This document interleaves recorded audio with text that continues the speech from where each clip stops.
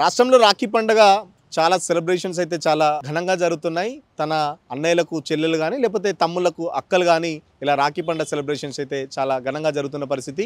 But ఒక చెల్లె మాత్రం తన అన్నకు రాఖీ కట్టలేని పరిస్థితి. ఆ అన్న ఎవరో కాదు, బీఆర్ఎస్ వర్కింగ్ ప్రెసిడెంట్ కేటీఆర్.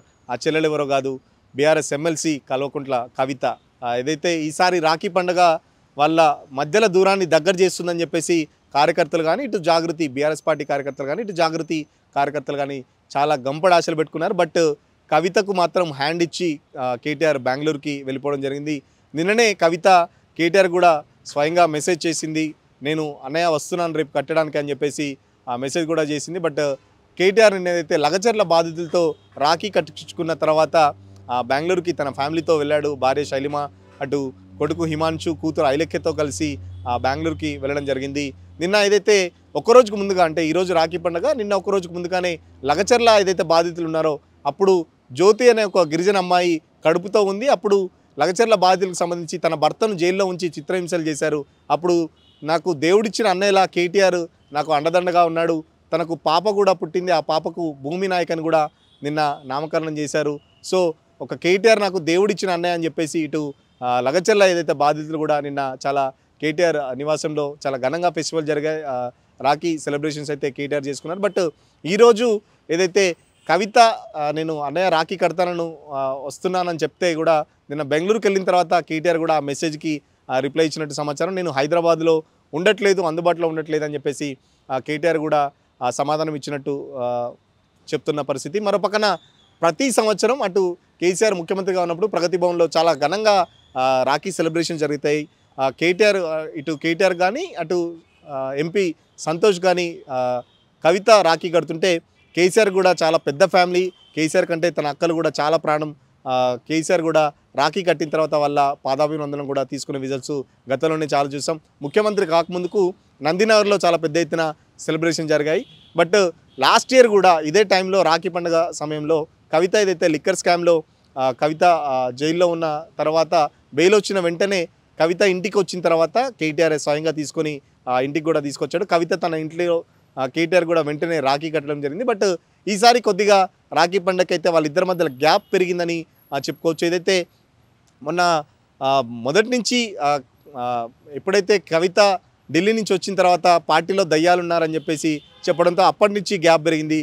4 గోడల మధ్య మాట్లాడాల్సిన మాటలు కవిత హద్దు దాటి మీడియాకి ఎక్కడం. సో అప్పటి నుంచి ఇంట్లో రచ్చ జరుగుతున్నట్టు సమాచారం. కవితకు చాలాసార్లు చెప్పే ప్రయత్నం చేశారట, బట్ కవిత కూడా వినలేదని చెప్పేసి బీఆర్ఎస్ వర్గాలు చెప్తుంటే రీసెంట్గా ఒక ఎమ్మెల్సీ కూడా తనకు సంబంధించిన రిజర్వేషన్ల ఇష్యూలో తనకు సంబంధించిన మాటలు మాట్లాడితే కనీసం పార్టీ నుంచి స్పందన లేదని చెప్పేసి కవిత కూడా బాధపడిన సందర్భం చూసాం.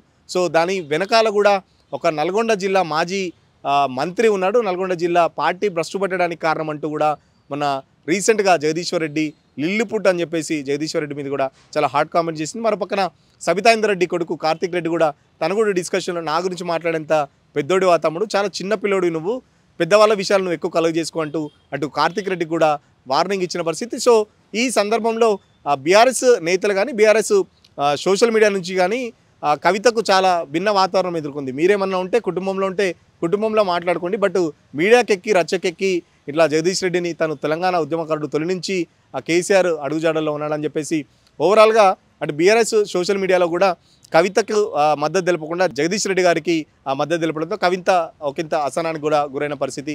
సో ఏదైతే సోషల్ మీడియాలో జరుగుతున్న వారికి సంబంధించి కవితకు సంబంధించి కూడా అంటే జగదీశ్వర్ రెడ్డి వ్యాఖ్యల వెనుక కేటీఆర్ ఉన్నాడు. ఖచ్చితంగా జగదీశ్వర్ రెడ్డి కవితకు సంబంధించి ఒక డిస్కషన్లో మాట్లాడుతూ కవిత అనేది చాలా చిన్న మ్యాటర్, కేసీఆర్కు నాకు చాలాసార్లు భేటీ అయ్యాం, కేసీఆర్కు అసలు కవిత చర్చ జరగలేదు అని చెప్పేసి ఏదైతే జగదీశ్వర్ రెడ్డి చెప్పాడో దానికి కౌంటర్గానే జగదీశ్వర్ రెడ్డికి సంబంధించి కూడా కవిత వ్యాఖ్యలు చేయడం, ఇదంతా నా మీద కుట్ర జరుగుతుంది, నన్ను కావాలని పార్టీ నుంచి వెళ్ళగొట్టడానికి ప్రయత్నాలు జరుగుతున్నాయి, ఎట్టి పరిస్థితుల్లో కేటీఆర్కి సంబంధించి ఆధిపత్యాన్ని ఒప్పుకునేది లేదు, నా లీడర్ కేసీఆరే, మాకు లీడర్ కేసీఆర్ అని చెప్పేసి కూడా కవిత చాలా సందర్భాల్లో తెలిపింది.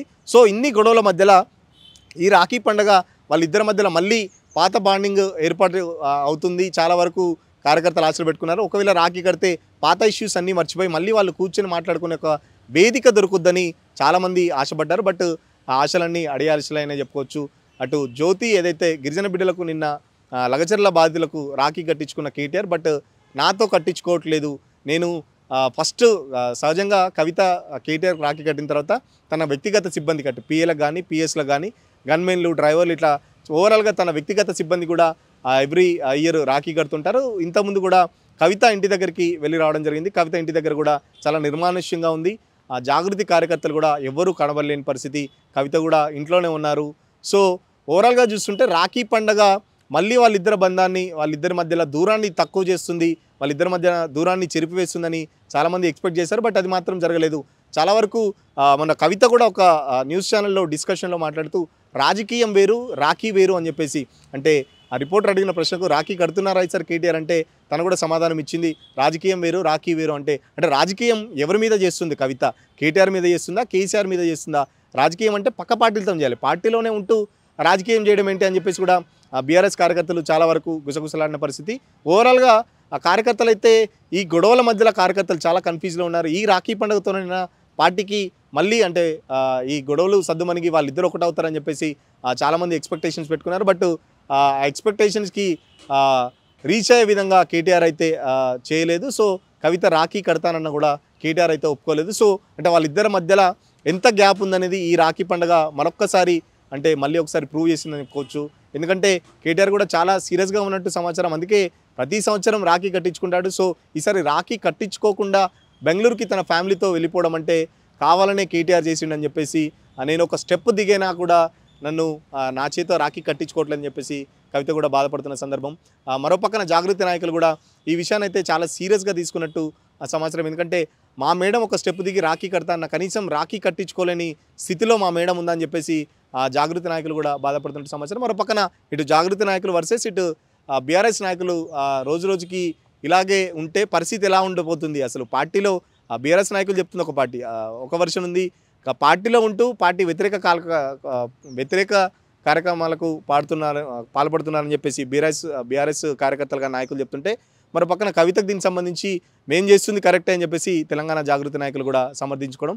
ఓవరాల్గా రాఖీ పండుగ అయితే కానీ చాలామంది ఎక్స్పెక్ట్ చేశారు కేసీఆర్ అన్న వీళ్ళిద్దరి మధ్యలో అసలు కేసీఆర్ ఇంతవరకు ఎందుకు పట్టించుకోవట్లేదు, రాఖీ పండుగ అయినా వీళ్ళిద్దరి మధ్యలో దూరాన్ని పెంచి దూరాన్ని తగ్గించే ప్రయత్నం జరుగుతుందని చెప్పి చాలామంది అనుకున్నారు. బట్ రాఖీ పండుగ కూడా వాళ్ళిద్దరి మధ్య మరింత దూరాన్ని పెంచింది. సో ఈ దూరం ఇంకా ఎక్కడికి పోతుందని చెప్పేసి ఇటీవలే కవితను కూడా సస్పెండ్ చేస్తారు పార్టీ నుంచి. ఏదైతే మన జగదీశ్వర్ రెడ్డి చేసిన కామెంట్లకు సంబంధించి కవితను సస్పెండ్ చేస్తారు అని చెప్పేసి చాలా వరకు ఊహాగానాలు కానీ ఇటు సోషల్ మీడియాలో చాలా కామెంట్స్ వచ్చాయి. బట్ దానికి సంబంధించి ఎలాంటి చర్చ అయితే జరగలేదు. సో కవిత ధోరణి కూడా కేసీఆర్ వేచి చూసే ధోరణిలోనే ఉన్నాడు. కవిత ఇంకా ఎలాంటి స్టెప్ తీసుకోబోతుందంటే, మొన్న దయ్యాలన్నారు, నిన్నేమో పార్టీ సీనియర్ లీడర్ జగదీశ్వర్ రెడ్డిని లిల్లి పుట్టున్నారు. ఇట్లా రోజు రోజుకి పార్టీకి ఇబ్బంది పడే విధంగా ఏదైతే తన తర్వాత జగదీశ్వర్ రెడ్డి కూడా కవితకు సంబంధించి కామెంట్ చేయడం జరిగింది. కేవలం రేవంత్ రెడ్డి కానీ ఇంకొకరి పార్టీల నాయకుల మాట్లాడుతున్న మాటలే కవిత మాట్లాడుతున్నారు. బట్ కవిత ఇట్లా అని చెప్పేసి మాట్లాడిన పరిస్థితి. మరో పక్కన కవిత కూడా చాలా హాట్గా మాట్లాడింది. నా మీద కావాలని రాజకీయం చేస్తున్నారు, ఒక ఆడబిడ్డ అని కూడా చూడకుండా నా మీద కుట్రలు వన్నుతున్నారు, ఈ కుట్రలందరూ వెనకాల ఎవరున్నారో నాకు తెలుసు అంటూ కూడా కవిత చాలా ఓపెన్గా మాట్లాడుతున్న సందర్భం. మరో పక్కన ఏదైతే మొన్న జరిగిన ఇష్యూలో కూడా కవిత సంబంధించి మాట్లాడుతుంటే అలాంటి మాటలు మాట్లాడినప్పుడు కూడా పార్టీ నుంచి నాకు సరైన స్పందన కానీ లేకపోతే సరైన సంబంధించి సపోర్ట్ కూడా రాలేదని చెప్పేసి కవిత కూడా జాగృతి నాయకులతో చెప్తున్న పరిస్థితి. ఓవరాల్గా కవిత ఇంటి దగ్గర అయితే చాలా నిర్మానుష్యంగా ఉంది, ఎవరిని కలవడానికి కూడా కవిత ఇష్టపడతలేదని చెప్పేసి మనకు అందుతున్న సమాచారం. ఇది ఓవరాల్గా రాఖీ పండుగకు సంబంధించి కేటీఆర్ వర్సెస్ కవిత ఇష్యూ.